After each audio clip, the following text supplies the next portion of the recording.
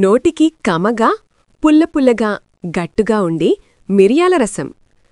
Mixer జార్లో ధనియాలు, పచ్చిమిరపకాయలు, మిరియాలలు, జీలకర్ర, అల్లం వేసుకుని గ్రైండ్ చేసుకోవాలి.